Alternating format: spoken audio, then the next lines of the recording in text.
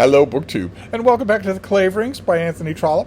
We are reading this book aloud in my increasingly dilapidated Dover trade paperback, and we are up to chapter 36, which deals with a little plot line that we have let languish just a bit. We have been told recently, just the last chapter, that Hugh Clavering has decided to go on a long cruise in a yacht off the coast of Norway for the whole of the rest of the summer and all of the autumn, leaving his wife behind, but taking Archie Clavering, his brother and heir, with him, because Archie is supposed to be good with boats. And that's great. I mean, everybody thinks that's good news for Archie. You know, he's a freeloader, so that's great for him, except he has an iron in the fire. Remember, he has thought about proposing to his cousin, to Julia Brabazon. He's considered proposing to her because he's a wastrel and she's a wealthy widow. He actually went about that by using Sophie Gordeloup as a intermediary, and that didn't work out too well. She charged him an arm and a leg and delivered nothing, and unbeknownst to him has been banished from Julie's company since then. But Archie wants to try one more time before he heads off in the high seas. And that's what this chapter is. Captain Clavering makes his last attempt.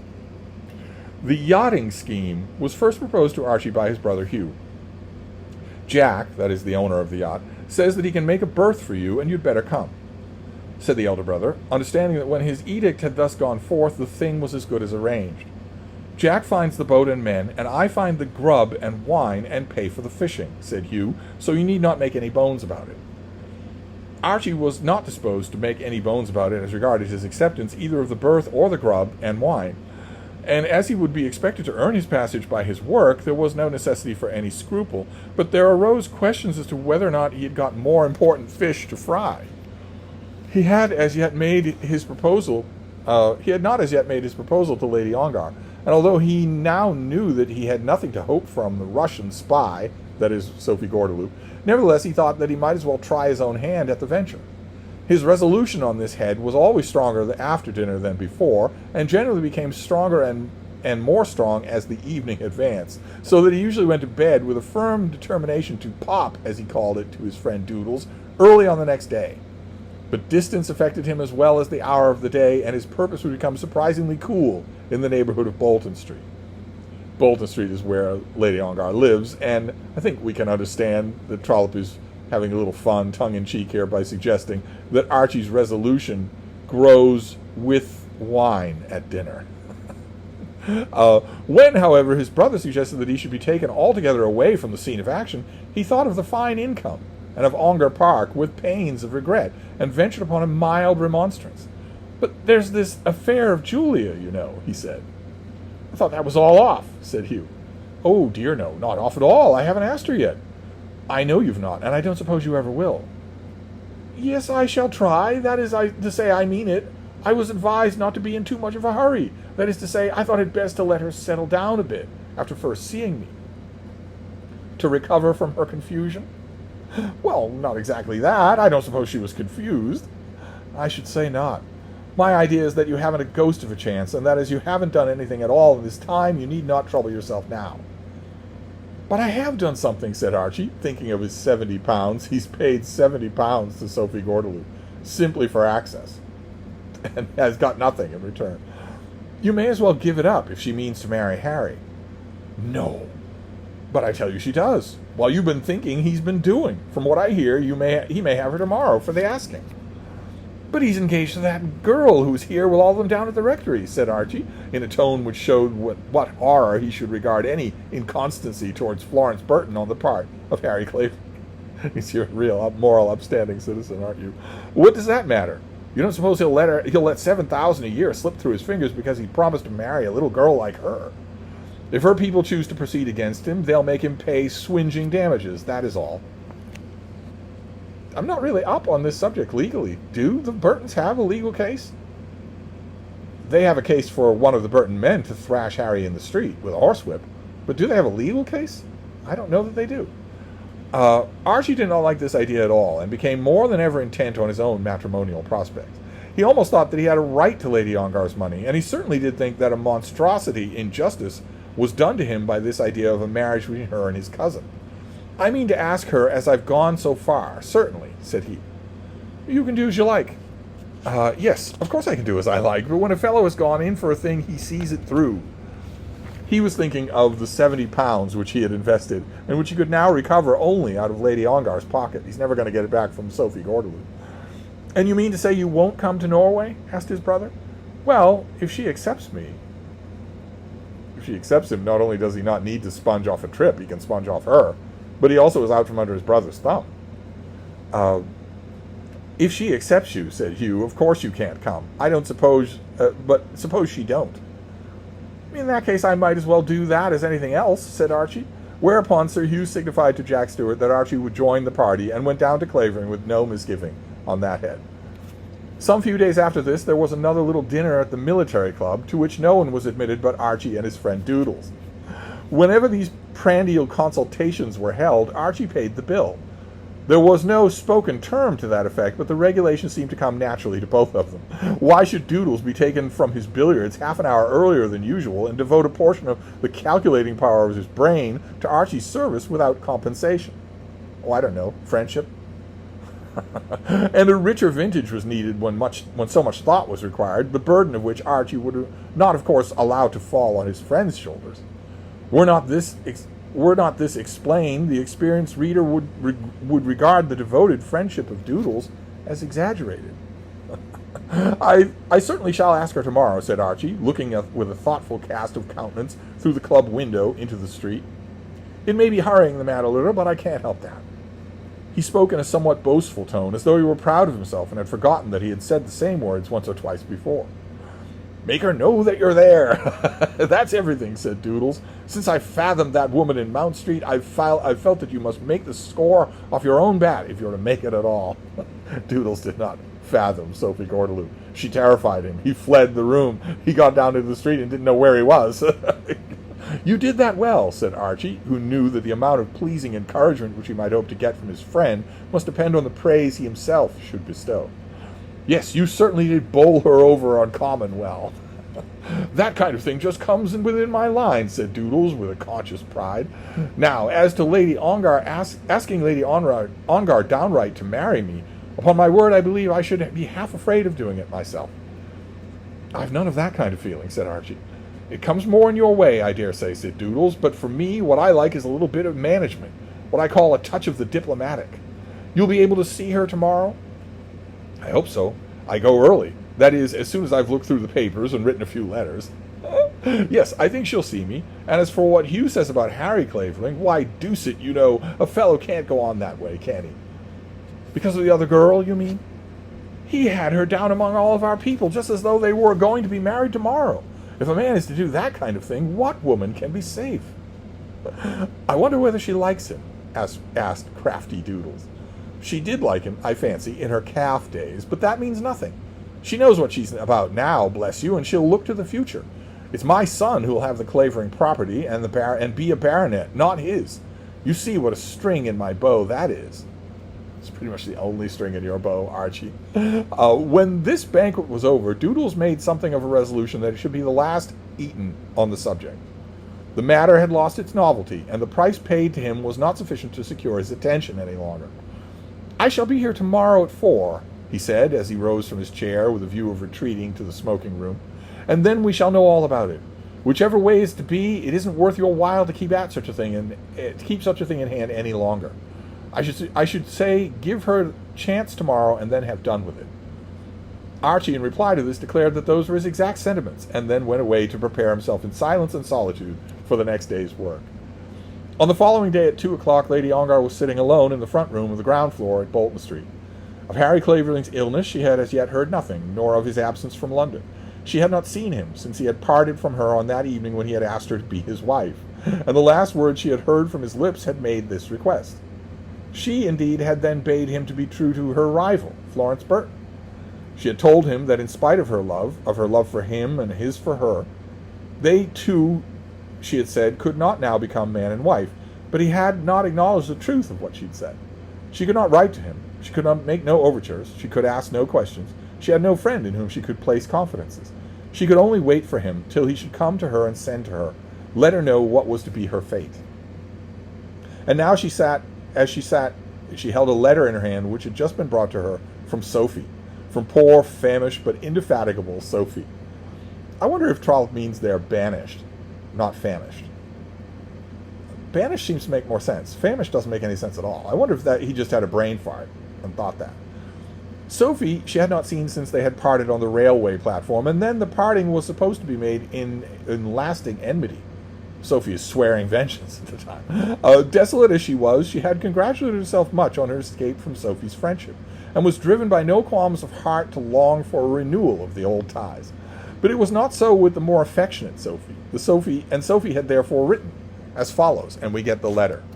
Dearest, dearest Julie, my heart is so sad that I cannot keep my silence any longer. What, can such a friendship as ours have been made to die all in a minute? Oh, no, not at least in my bosom, which is filled with love for my Julie. And my Julie will not turn her friend, who has been so true to her, at such moments too. Oh yes, at such moments, just for a few angry word or a little indiscretion. What was it after all about my brother? Bah, he is a fool, that is all. If you shall wish it, I shall never speak to him again. What is my brother to me compared to my Julie? My brother is nothing to me. I tell him we must go to that accursed island, meaning Isle of Wight, accursed island because my Julie has quarreled with me there, and he arranges himself to follow us. What could I do? I could not tie him up by the legs in his London club. He is a man whom no one can tie up by the leg. Mon Dieu, no, he is very hard to tie up. Do I wish him for your husband? Never. Why should I wish him for your husband? If I was a man, my Julie, I should wish you for myself. But I am not, and why should you not have him you like best? If I was you, with your beauty and money and youth, I would have any man that I liked, everything. I know, of course, for did I not see, it is that young Clavering to whom your little heart wishes to render itself, not the captain who is a fool, such a fool, but the other one who is not, but a fine fellow, and so handsome. Yes, there is no doubt as to that. He is as handsome as Phoebus, meaning Apollo. This was a good nature on the part of Sophie, interjects Trollope here, who, as the reader may remember, hated Harry Clavering.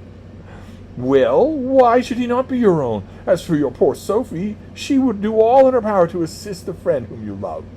There is that little girl. Yes, it is true, as I told you, but little girls cannot have all they want always. He is a gay deceiver. These men who are so beautiful as Phoebus are always deceivers. But you need not be the one deceived, you with your money and your beauty and your, what you call rank. No, I think not. I think that little girl must put up with it, as other little girls have done, since men first learned how to tell lies. That is my advice, and if you will let me, I can give you good assistance. Dearest Julie, think of all this, and do not banish your Sophie. I am so true to you that I cannot live without you. Send me back one word of permission, and I will come to you and kneel at your feet. In the meantime, I am your most devoted friend, Sophie. That is the letter that Sophie Gordeloup writes. And needless to say, I trust that I don't need to say this late in the novel to any of you, that not a word of it is true. Not one word of it. She colluded with her brother to make sure that he knew exactly where and when he could find Julia by herself.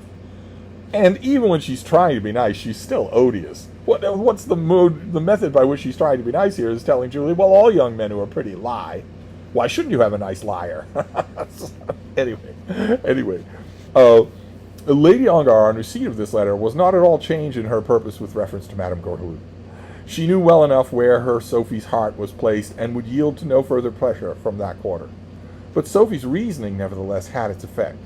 She, Lady Ongar, with her youth, her beauty, and her wealth, and her rank, why should she not have the one thing which alone could make her happy, seeing as she did see, or as she thought she saw, that in making herself happy she could do so much, could confer such great blessings on him whom she loved. She has money, a huge amount of it. She could put Harry, she could set him on his feet in the world, put him in Parliament. She had already found that the money she had received as the price for herself had done very little towards making her happy in her present state. What good was it to her that she had a carriage and horses and footmen 6 feet high? One pleasant word from lips that she could love, from the lips of a man or a woman she could esteem, would be worth it all. She had gone down to her pleasant place in the country, that's Ongar Park, a place so pleasant that it had a fame of its own among the luxuriantly pleasant seats of the English country gentry. She had gone there expecting to be happy in the mere feeling of that it was all her own. And the whole thing had been to her so unutterably sad, so wretched in the severity of its desolation, that she had been unable to endure her life amidst its shade of her own trees. All her apples hitherto had turned to ashes between her teeth, because her fate had forced her to attempt the eating of them alone. But if she could give the fruit to him, if she could make the apples over so that they should all be his and not hers, then would there not come to her some sweetness of juice of them? But there's no pity for you here. You did this yourself. You went into this with your eyes wide open. And also, you can't make over Ongar Park to Harry Clavering. He can live there with you for the remainder of your life, but he doesn't get to become his property. She declared to herself that she would not tempt this man to be untrue to his troth, were it not that in doing so she would greatly benefit him. Was it not manifest that Harry Clavering was a gentleman qualified to shine among men of rank and fashion, but not qualified to make his way by his own diligence? In saying this of him, she did not know how heavy was the accusation she brought against him, but what woman within her own breast accuses the man she loves? Here I thought Trollope spent time in Ireland. What woman accuses the man she loves? Were he to marry Florence Burton, would he not ruin himself, and probably ruin her also? But she could give him all that he wanted. Though Ongar Park to her alone was, with its rich pastures and spreading oaks and lowing cattle, desolate as the Dead Sea shore, for him, or for her with him, would it not be the very paradise to suit them? Would it not be the heavens in which such a Phoebus would shine amidst the gyrations of his satellites? A Phoebus going about his own fields in knickerbockers and with attendant satellites would possess a divinity which, as she thought, might make her happy. But it won't make her happy. It won't make her happy. She'll get that, and then what will she be missing? The fact that the parson's wife does not grace her parlor, will not see her, believes the rumors about her. What can you do about that? As she thought of all this and asked herself these questions, there was an inner conscience which told her that she had no right to Harry's love or Harry's hand. But still she could not cease to long that these good things might come to her, though those good things that had not been deserved. Alas, good things not deserved too often lose their goodness when they come. As she was sitting with Sophie's letter in her hand, the door was opened and Captain Clavering was announced. Captain Archibald Clavering was again dressed to his very best, but he did not even yet show by his demeanor that aptitude for the business now in hand of which he had boasted on the previous evening with his friend. Lady Ongar, I think, partly guessed the object of his visit. She had perceived, or perhaps had unconsciously felt, on the occasion of his former coming, that the visit had not been made simply from motives of civility. She had known Archie in old days, and was aware that the splendor of his vestments had a significance. He doesn't usually dress himself up. Well, if anything of that kind was to be done, the sooner it was done, the better. "Julia," he said, as soon as he was seated, "I hope I have the pleasure of seeing you quite well?" "Pretty well, I thank you," she said. "You have been out of town, I think?" She told him that she had been to the Isle of Wight for a day or two, and then there was a short silence. "When I heard you'd gone," he said, "I feared perhaps you were ill?" "Oh dear, no, nothing of that sort." "I am so very glad," said Archie, and then he was silent again. He had, however, as he was aware, thrown himself a great deal of expression into his inquiries after her health, and he had now to calculate how he could best use the standing ground that he had made for himself. "Have you seen my sister lately?" she asked. "Your sister? No. She is always at Clavering. I think it deuced wrong of Hugh in the way he goes on, keeping her down there while he is up here in London. It isn't at all my idea of what a husband ought to do." "I suppose she likes it," said Lady Ongar. "Oh, if she likes it, that's a different thing, of course," said Archie, and then there was another pause. "Don't you find yourself rather lonely here sometimes?" he asked. Lady Ongar felt that it would be better for all parties that it should be over, and that it would not be over so soon unless she could help him. "Very lonely indeed," she said, "but I suppose that is the fate of widows, to be lonely." "I don't see that at all," said Archie briskly, "unless they are old and ugly, and that kind of thing. When a widow has become a widow after she has been married ever so many years, then I suppose she looks to be left alone. I suppose they like it." "Indeed, I can't say. I don't like it." "Then indeed you would wish to change?" "It is a very intricate subject, Captain Clavering, and one which I do not think I am quite disposed to discuss at present. After a year or two, perhaps I shall go into society again. Most widows do, I believe. But I was thinking of something else, said Archie, working himself up to the point with great energy, but with many signs that he was ill at ease with his work. I was, by Jove. And what were you thinking about, Captain Clavering? I was thinking, of course you know, Julia, that since poor little Hughie's death, I am next in line for the title. Poor Hughie. I'm sure you're too generous to rejoice at that. Oh, indeed I am. When two fellows offered me a dinner at the club on the score of my chances, I wouldn't have it. But there's the fact, isn't it?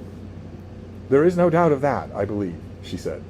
I think we have leaved doubt, I think, if people offered Archie a free dinner on the fact that he's now heir to the property, he probably took it.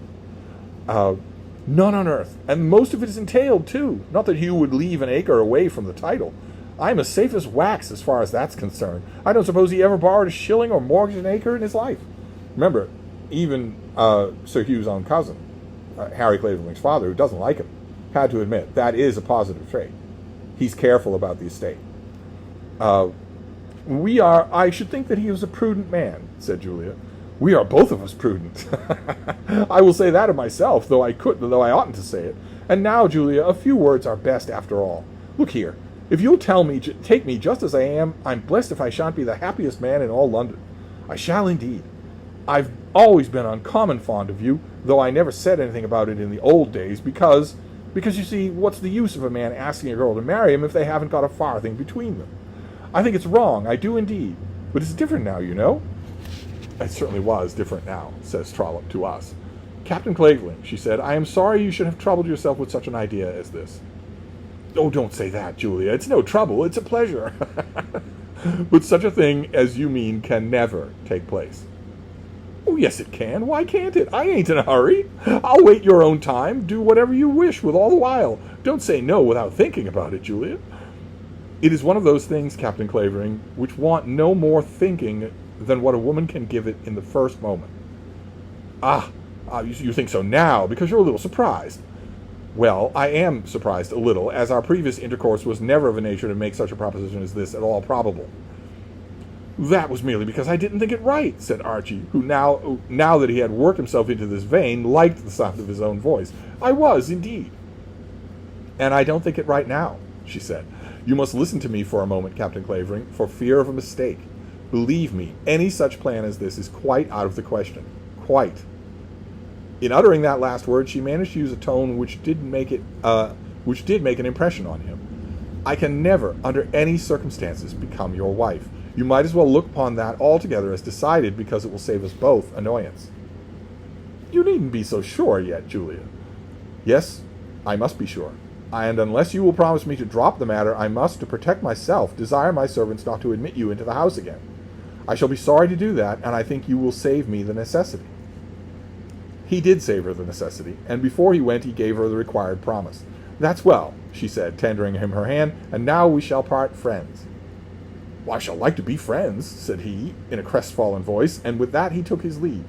It was a great comfort to him that he had the scheme of Jack Stewart's yacht and the trip to Norway for his immediate consolation. So he bounces back just that fast. And said, well, I did my best. That didn't work. So that subject is now over with. No protracted story about Archie Clavering wooing Julia Ongar. It's out of the question. It was always out of the question. So he is now footloose and free to go and enjoy free grub and free wine on a yachting cruise off Norway. So we've got that settled. Still have a few things to settle. Especially since Julia has now reached the point where she is telling herself, why shouldn't he be mine? Why shouldn't he? Surely this little Florence Burton girl will get over it. But Florence has a family, and they're determined to fight for her. So we'll wrap this up for now, and we'll move on next time. Thank you, BookTube.